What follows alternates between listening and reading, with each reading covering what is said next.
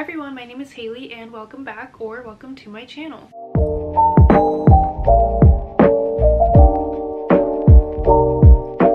Sorry if there's a lot of noise in the background. My dad is doing something in my bathroom and it's right next to me and the walls are kind of thin, so I hope it's not too distracting and I hope I can talk over it and it won't be going on for the whole video. But for this week's video, I wanted to share with you guys some pro-Palestinian books and authors and also some books by Palestinian authors and just give you guys some recommendations. So I have a whole list here. I either saw it with my own eyes, I've seen it on Twitter threads, or I had some of my mutuals send me screenshots and some of their recommendations. So this is just a list compiled from a bunch of different resources. Let's just get started. So the first author I have is Sabaa Tahir, and she wrote the Ember and the Ashes series. It is a young adult fantasy series. There is 4 books. It's very popular, or at least it was really popular when it came out. But this little blurb says, Laya is a slave, Elias is a soldier, neither is free. Under the martial empire, defiance is met with death. Those who do not vow their blood and bodies to the emperor risk the execution of their loved ones and the destruction of all they hold dear. If you want a fantasy series, check out An Ember in the Ashes. And along the same vein, the next author I have is Hafsa Faisal, who wrote the Sands of Arawiya duology, and this was the We Hunt the Flame duology, and she was posting on Instagram as well. So this is another fantasy, young adult fantasy duology, and the little blurb says, people lived because she killed, people died because he lived. Saphira is the hunter, disguising herself as a man when she braves the cursed forest of the Ars to feed her people. Nasir is the Prince of Death, assassinating those foolish enough to defy his autocratic father, the Sultan. If Saphira was exposed as a girl, all of her achievements would be rejected. If Nasir displayed his compassion, his father would punish him in the most brutal of ways. Both Saphira and Nasir are legends in the kingdom of Arawiya, but neither wants to be. I've heard great things about that duology as well. And then the next author we have is Chloe Gong. She is probably most known for These Violent Delights duology. She also has the Foul Lady Fortune series, and she just came out with Immortal Longings, which I think is her adult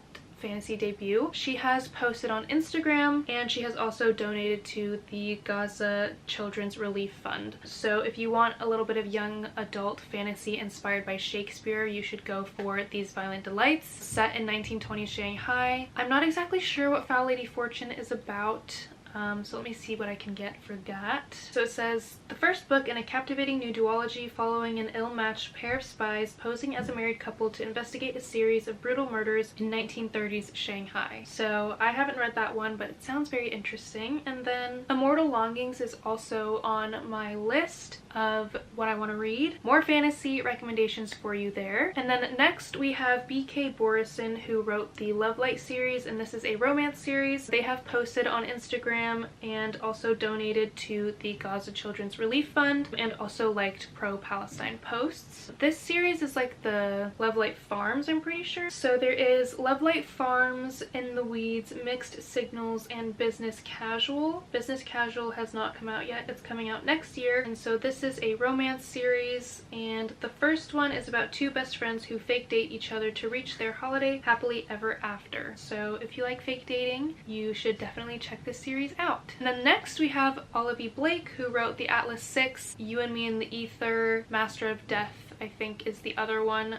She has posted on Instagram stories and liked pro-Palestine posts. The Atlas 6 is a dark academia, magical society, school setting. And I'm pretty sure there is some sort of tournament, but I don't think that the main characters really know it's a tournament. I honestly can't remember. It's been a while since I've picked up the book, but I'm sure you all know about the Atlas 6. It is super popular. I really want to read the rest of her books. It's a writing style I really enjoy, so if you like more character-driven books and, you know, a little bit of a slower plot, but it's very atmospheric, I would definitely recommend Olivia Blake. And then next we have Leigh Bardugo, who obviously wrote the Grishaverse and one of my favorite books, Ninth House. She has posted on her Instagram stories in support of Palestine. The Grishaverse is the Six of Crows duology, which kind of follows this band of thieves, and it's like a found family story. And then the Shadow and Bone trilogy, which is a young adult fantasy. And then Ninth House, as you must know from my channel, is an adult fantasy set at Yale, and it's about paranormal things and adventure. So if any of those sound interesting to you, I would definitely recommend checking out the Bardugo. And then we have Renee Attier, who wrote the Wrath and the Dawn duology and also The Beautiful, The Damned, and I think there's one more, and that's a vampire young adult series. She has posted on her Instagram stories in support of Palestine. So The Wrath and the Dawn is about a land ruled by a murderous boy king. Each dawn brings heartache to a new family. Khalid, the 18-year-old caliph of Khorasan, is a monster. Each night he takes a new bride, only to have a silk cord wrapped around her throat. Come morning, when 16-year-old Shahrazad's dearest friend falls victim to Khalid,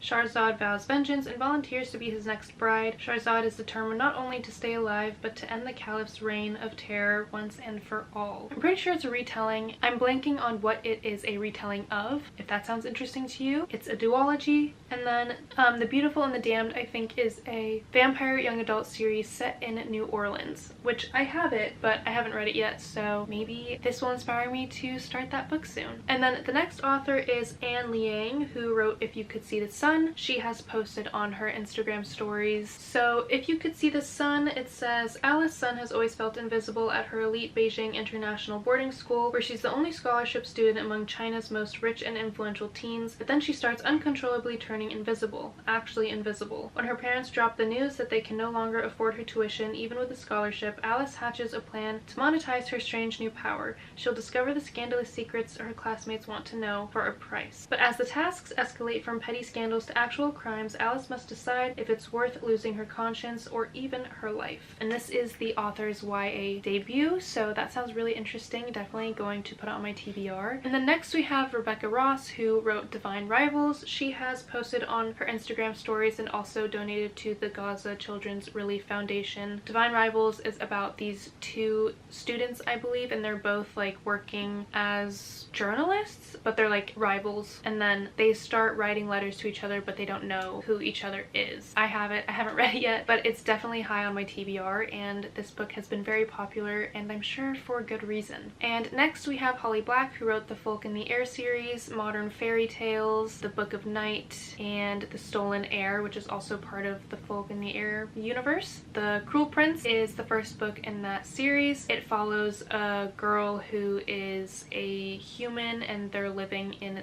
the realm of the Fae, and, you know, enemies to lovers, fantasy, political uprising type of thing, you know, scheming. I absolutely love that series, one of my favorites. I haven't read the Modern Fairy Tales yet, but again, a fantasy, YA fantasy series. Book of Night, I don't know if it's YA or adult, but it is another fantasy book. So definitely check out Holly Black, the Folk in the Air series. I will always recommend it. It is so good, and I definitely need to do a reread of it soon, so let me know if you'd like to see a reading vlog of me rereading the Cruel Prince series, because I haven't annotated it yet, and that just seems like a fun time. And then we have S.A. Chakraborty, who wrote the Davabad trilogy. That is the City of Brass series. That's the first one. I can't remember the last two, but those are Middle Eastern adult fantasy books set in a Middle Eastern inspired world with Jinn and our main character going on an adventure and unleashing a Jinn and needing its help. A Jinn is like a genie. I didn't even mention this. Holly Black donated books for Palestine and also donated to the Relief Fund. S.A. Chakraborty posted on Instagram and donated to the Gaza Relief Funds as well. And next we have Sally Rooney, who is most popular for Normal People, Conversations with Friends, Beautiful World, Where Are You, I think it's called. I haven't read any of her books. I did watch the Normal People TV show and it destroyed me, so I'm not ready to dive into her writing just yet, but I know that people love her books. Normal People is about this couple, I guess. They're just a guy and a girl who, you know, get together at different points in their life because, you know, the timing is never right. So absolutely destroyed me. And she refused to sell the translation rights of her latest novel to an Israeli publisher in support of Palestine. And then we have Tracy Dion, who wrote Legendborn. I'm pretty sure that was her YA debut. It is a duology, and it is inspired by Arthurian legend. So it's just a YA fantasy duology about King Arthur and, you know, Knights at the Round Table and all of that. She has been vocal about her support for Palestine and donated to the relief funds for Gaza as well. And then next we have Hannah Bonham Young, who wrote Out on a Limb. I'm pretty sure this is a new release. She has posted on Instagram stories and donated to the Gaza Children's Relief Fund. Out on a Limb says, Winifred Wynne McNulty has always been wildly independent, not one to be coddled for her limb difference. Wynne has spent most of her life trying to prove that she can do it all on her own, and with some minor adjustments she's done just fine. That is until she has a one-night stand with the incredible charming Beau, a perfect stranger, and that one night changes everything. While Beau is surprisingly elated to step up to the plate, Wynne finds herself unsure of whether she can handle this new challenge on her own or if she'll need a helping hand. Together, Wynne and Beau decide to get to know one another as friends and nothing more, but as they both should know by now, life rarely goes according to plan. It sounds really good. I've heard great things, definitely on my TBR. And then we have the queen herself, R.F. Kuang, the Poppy War trilogy, Babel, Yellowface, just amazing books in her repertoire, which is crazy that the same person wrote all of those books. But the Poppy War trilogy is about this girl named Rin who tests into a military academy to train to be a soldier, but as she's there, the war comes to their front door. So her and her friends have to be soldiers before they've even graduated. I've only read the first one because I'm too scared to finish it, so I don't know what happens after that, and I'm probably gonna do a reading vlog on that as well if you would like to see that. Yellowface is about an author who steals a manuscript from their dead friend and publishes it as their own story. And then Babel is a historical fantasy set at a school, dark academia type vibe. So obviously she writes about very important political ideas and fighting resistance, so it only makes sense that she would also be pro-Palestine. I have only read the Poppy War, but I will literally buy and own everything that R.F. Kuang writes because the Poppy War is just so good, and I know the rest of the series is going to be amazing, and I've only heard great things about her work. Okay, and then next we have Axio, who wrote XOXO, which I think is a young adult romance about a K-pop star and a non-famous person, I think. I keep forgetting to mention what these authors did. R.F. Kuang posted on her Instagram stories and donated to Gaza funds, and then Axio donated to the Gaza Children's Relief Fund and posted on her Instagram stories as well. And then the next author we have is Yuran J. Zhao, who wrote Iron Widow. She posted in support of Palestine on her socials. Iron Widow is about Zetian, who is 18 years old and offers herself up as a concubine pilot, and she is going to assassinate the ace male pilot responsible for her sister's death. And it's definitely a lot more than that, but that is the main gist of the story. I haven't read it yet, but I really want to. Then we have Nisha Sharma, who wrote Dating Dr. Dill. I'm actually reading it right now, and I have been for like a month, but during this time I really just have not felt like picking up a book. But she has reposted pro-Palestine things on Instagram, and Dating Dr. Dill is about this girl who her and Dr. Dill kind of have a one-night fling. It's not a one-night stand, but some stuff happens and he leaves her at the bar because there's a family emergency. She doesn't really know that, so you know, now there's bad blood between them, but she wants to inherit her mother's house, but she doesn't have enough money, and Dr. Dill is only going to get funding for his new like doctor practice if he shows that he's not a player. So they kind of have to team up and date each other to both get what they want. Fake dating trope, which I love, and kind of like a sassy male main character, which I also love, and I'm really enjoying it so far, and I definitely need to finish it before the year is over. And then we have Stephanie Garber, who is most known for her Caraval series. That is about these two sisters who travel to this magical island because there is like a carnival game show that happens once a year, I believe, and they're finally invited for the last show that's ever going to be put on, but not everything is as it seems. And she has terminated her deal with Israeli publishers, donated books for Books for Palestine, and also liked pro-Palestine posts. And then we have Farida Abike Yamide, who wrote Ace of Spades, and they have posted on their Instagram stories in support of Palestine. Ace of Spades is an incendiary and utterly compelling thriller with a shocking twist that delves deep into the heart of institutionalized racism from an exceptional new YA voice. Welcome to Nivea's private academy, where money paves the hallways and the students are never less than perfect, until now, because anonymous texter Aces is bringing two students' dark secrets to light. Talented musician Devin buries himself in rehearsals, but he can't escape the spotlight when his private photos go public. Head girl Chiamaka isn't afraid to get what she wants, but soon everyone will know the price she has paid for power. Someone is out to get them both, someone who holds all the aces, and they're planning much more than a high school game. I've only heard great things about this book, and I love YA thrillers, and especially books that talk about very important topics, and I really want to read that. And then we have Becca Mack, and she wrote the Playing for Keeps series. This is a sports romance book series. Playing for Keeps is a hockey romance, my favorite sports romance subgenre, and she has posted on her Instagram stories. And then we have Bal Cabra, who wrote Collide. This is another sports romance series, and I believe hockey again. They posted donations for Gaza Children's Relief Fund and donated to it as well. Adam Silvera, who wrote They Both Die at the End, a young adult romance about this society where people know when they're gonna die, and these two boys meet up together to spend their last day together, and he posted on his Instagram stories. And then we have Amelie Wen Zhao, who wrote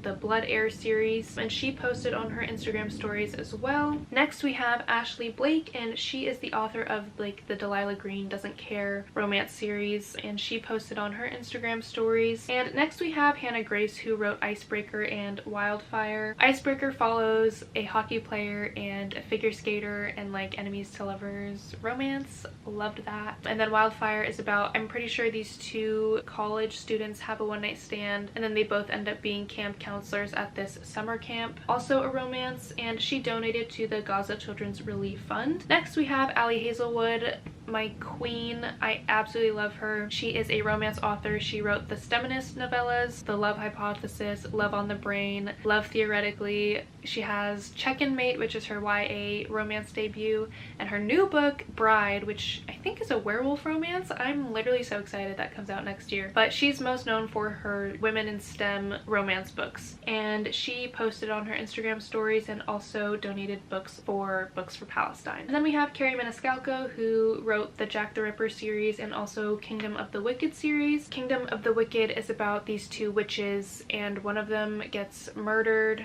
they're sisters, and then the other sister like calls on the King of Wrath to help her figure out what happened. I read that one as well. I enjoyed it. And she donated to the Gaza Children's Relief Fund. Then we have Runix, who wrote Gothicana. I know nothing about these books, but I'm pretty sure it is a dark romance. They posted on their Instagram stories and donated as well. And then we have Ava Reed, who most recently wrote Study in Drowning. I know she has a few other books, but that is the most popular one out right now. And she posted on her Instagram stories as well. And then we have Pascal Lascelles, who wrote Curious Tides. I just talked about it in my video from last week. I bought it recently, and they posted on their Instagram stories. Curious Tides is a young adult fantasy. And then Samantha Shannon, who wrote Priory of the Orange Tree and the Bone Season series, she posted on her Instagram stories as well. Both of those are adult fantasy series. Then we have Emily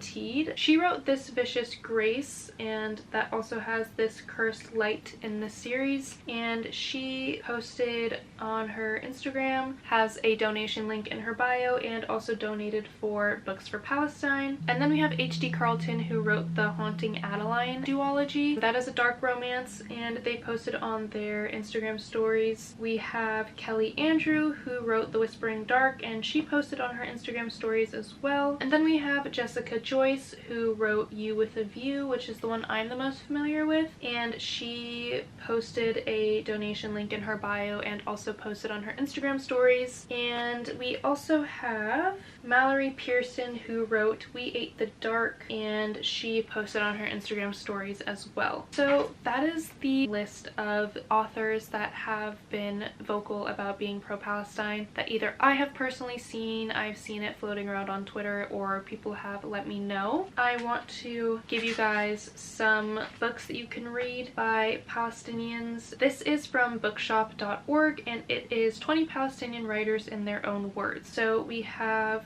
a bunch of different genres. We have poetry, fiction, nonfiction, memoir, and drama. We have Wondrous Journeys in Strange Lands by Sonia Namir, The Gaza Kitchen, A Palestinian Culinary Journey, The Dance of the Deep Blue Scorpion by Akram Masalam, Farah Rock's 5th Grade. This is a middle grade series by Susan Mahdi Daraj. Power Born of Dreams, My Story is Palestine by Mohammed Sabaneh, Stories Under Occupation and Other Plays from Palestine, Ever Since I Did Not Die by Rami Al-Ashek, The Book of Ramallah, A City in Short Fiction, Among the Almond Trees, A Palestinian Memoir by Hussein Barghouti, My First and Only Love by Sahar Khalife, Palestine is Throwing a Party and the Whole World is Invited by Kareem Rabi, Rifka by Mohammed Al-Kurd, Exhausted on the Cross by Najwan Darwish, Minor Detail by Adania Shibli, Palestinian Walks, Forays into a Vanishing Landscape by Raja Shihadeh, Out of Place by Edward W. Said, Against the Loveless World by Susan Abu Hawa, Mornings in Jenin also by Susan Abu Hawa, I Saw Ramallah by Mourid Barghouti, The Last Earth, A Palestinian Story by Ramzi Baroud, and Return, A Palestinian Memoir by Ghada Karmi. So I will put this article in the link below. I know these are rapid fire, but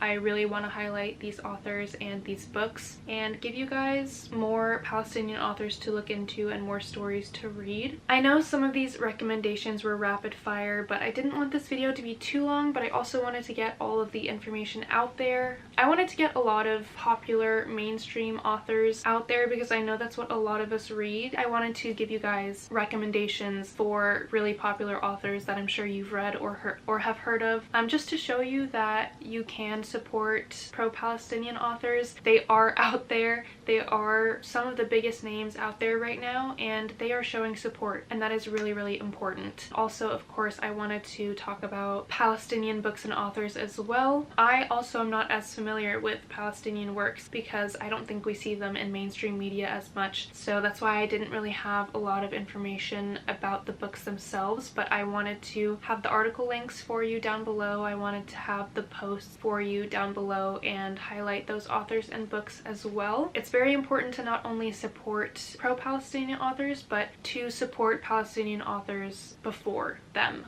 because supporting pro-Palestinian people is obviously amazing and what we want to be doing, but we can't forget to support the people from Palestine and their own stories as well. I hope you guys enjoyed this video. I hope it was informative in some way. I hope that you're going to click off and go read one of these books or support one of these authors, and that's really all I wanted from this video. So if you have read any of these books, if you know of more authors that are pro-Palestinian, please drop it in the comments below so that we can let more people know. But if you enjoyed this video, please give it a thumbs up, comment, like, subscribe, all of that stuff. I hope you are all staying safe and healthy, and I will see you in my next video. Bye!